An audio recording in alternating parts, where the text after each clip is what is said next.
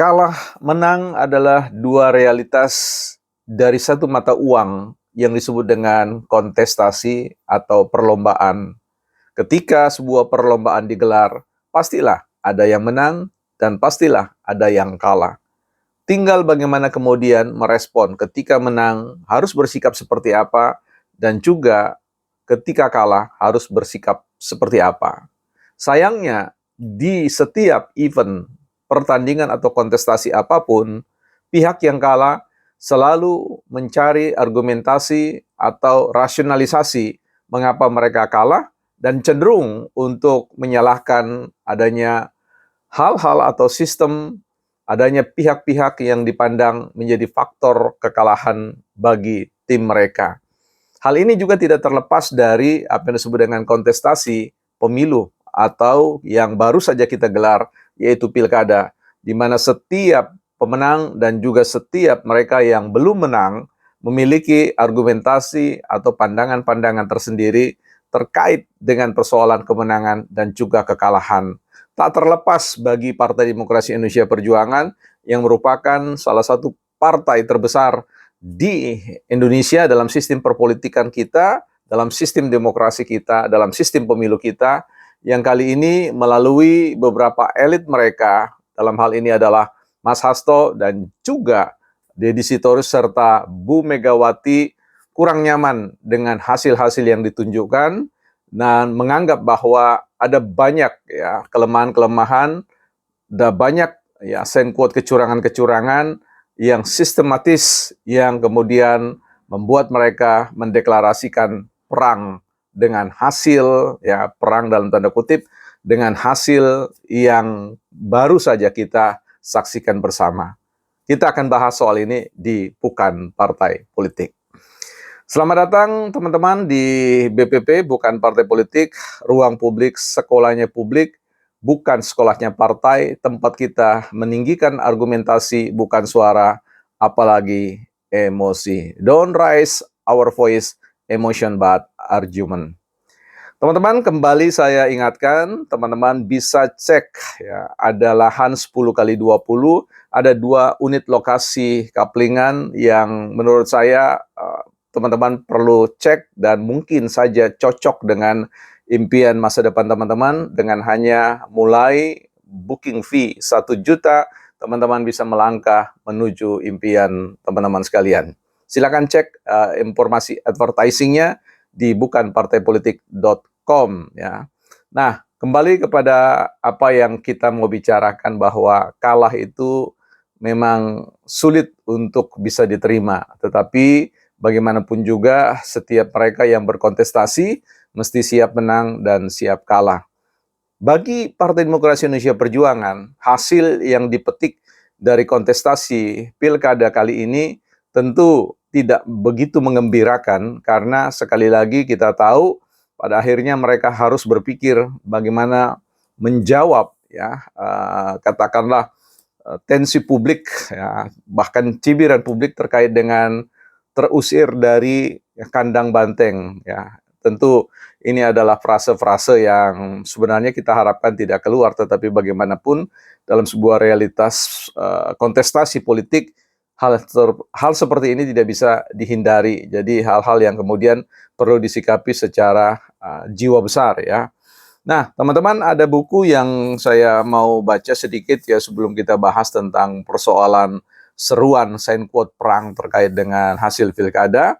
Kita lihat ini ada kutipan dari Winston Churchill ya, dari buku How the Best Leader Lead yang pernah kita kutip, ditulis oleh Brian Tracy ya. Di situ dikatakan karakter dapat dinyatakan dalam momen-momen besar, namun dibentuk dalam momen-momen kecil ya. Saya ulangi, pemikiran Winston Churchill, karakter dapat dinyatakan dalam momen-momen besar, namun dibentuk dalam momen-momen kecil. Begitu juga ada hal pikiran dari Brian Tracy ya, para pemimpin utamanya membentuk dan mengembangkan dirinya sendiri. Mereka terus-menerus memperbaiki diri mereka, belajar, berkembang, dan menjadi lebih cakap dan kompeten di masa-masa yang akan datang. Ya, dua pikiran ini menurut saya menarik untuk menjadi frame ya atau kerangka berpikir kita untuk merespon ya sikap dari Partai Demokrasi Indonesia Perjuangan yang melalui ya baik Mas Hasto maupun juga Bang Deddy Sitorus serta Ibu Megawati quote menyerukan perang ya terhadap hasil pilkada yang dianggap bagi mereka merupakan sebuah bentuk penyelenggaraan pemilu yang tidak sehat karena seperti yang ditegaskan oleh Bang Deddy Sitorus ya mereka ya sedang melawan apa yang disebut dengan melawan kekuasaan ya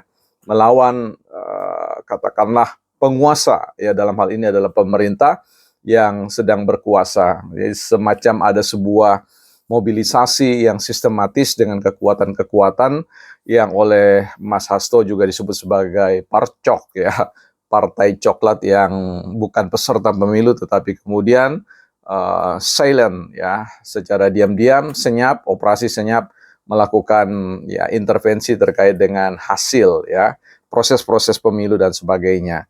Sehingga deklarasi Ketua Umum mengatakan bahwa menyerukan kepada seluruh kader-kadernya, ya, rakyat dan sebagainya untuk mengumpulkan bukti-bukti ya hal-hal yang kemudian dianggap sebagai sebuah amunisi untuk kemudian melakukan gugatan-gugatan dalam sengketa pemilu. Nah, bagaimana kita merespon tentang sikap Ketua Umum dan elit-elit yang lain? Saya kira ini sangat konstitusional ya.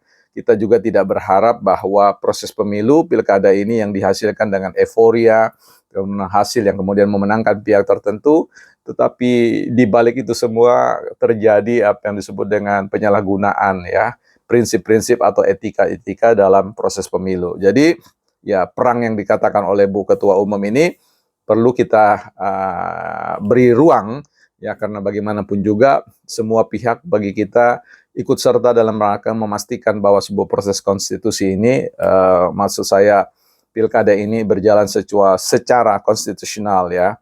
Nah, tetapi juga tentu jangan juga lupa abai pada sikap otokritik ya, terkait dengan kader-kader PDIP juga yang bukan lagi disinyalir, bukan lagi diduga, tetapi sudah jelas dan ada putusan pengadilan yang tetap ya, yang mengatakan bahwa melakukan pelanggaran-pelanggaran seperti yang ingin dikejar oleh Partai Demokrasi Indonesia Perjuangan. Saya punya keyakinan bahwa semua partai tidak kebal dengan upaya-upaya hal seperti ini ya.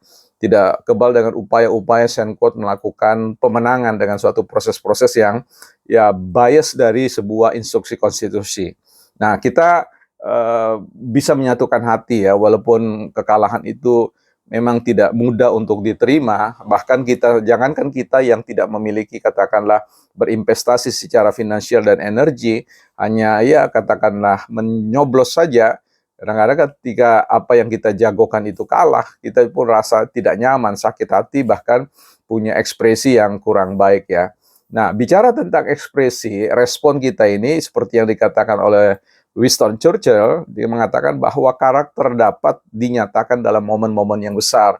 Nah, merespon kekalahan itu dan juga kemenangan itu merupakan momen yang sangat besar ya karena sulit sekali ya bagi kita atau bagi mereka yang telah berinvestasi demikian besar itu bisa menerima, tetapi bagaimanapun juga statement-statement yang dikeluarkan oleh petinggi-petinggi partai itu akan menentukan bagi publik untuk membaca apakah partai ini sedang dipimpin oleh seorang yang memiliki karakter yang besar ya, yang dibangun dari katakanlah momen-momen yang kecil ya, sebuah proses perjalanan by day by ya, hari demi hari.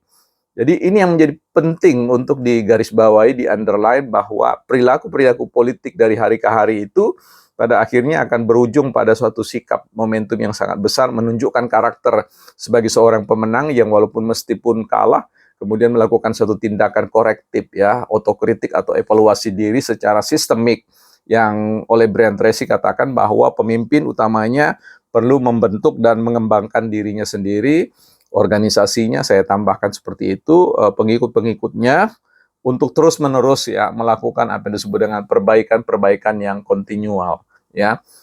Perlu belajar dan berkembang menjadi lebih cakap dan kompeten di masa-masa yang akan datang. Kalau saya boleh jujur, kekalahan Partai Demokrasi Indonesia Perjuangan tentu banyak variabel, tapi salah satu yang paling berpengaruh itu adalah komunikasi publik yang menurut saya sudah tidak zamannya lagi, sudah tidak pas, sudah tidak kompatibel dengan gaya-gaya yang meledak-ledak, memaki-maki, menuduh sana sini dan sebagainya.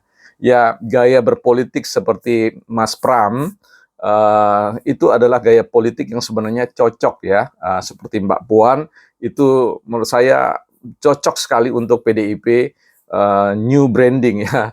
Jadi redefine, mendefinisikan ulang tentang karakter diri PDIP ya. Walaupun katakanlah hari ini PDIP kurang mendapatkan hasil yang baik khususnya di pusat epicentrum Jawa yang sangat krusial, tapi saya sangat yakin ke depan jika bisa melakukan otokritik ya itu sangat berpengaruh besar bagi pengembangan Partai Demokrasi Indonesia Perjuangan. Kita butuh Partai Demokrasi Indonesia Perjuangan ke depan sebagai salah satu pilar demokrasi Indonesia, tetapi sekali lagi kalau sikap-sikap yang ditunjukkan selama ini itu terus dipertahankan, maka apalagi respon terhadap hasil pilkada ini sangat menentukan masa depan PDIP di kemudian hari ya. Persoalannya saya kira walaupun para YouTuber mengatakan PDIP kehilangan kandang, saya kira itu juga tidak pas ya. Saya kira kandang bagi semua partai itu adalah Indonesia, Nusantara ini, sehingga tidak ada seorang pun, tidak ada partai manapun yang kehilangan kandangnya, bukan partai politik.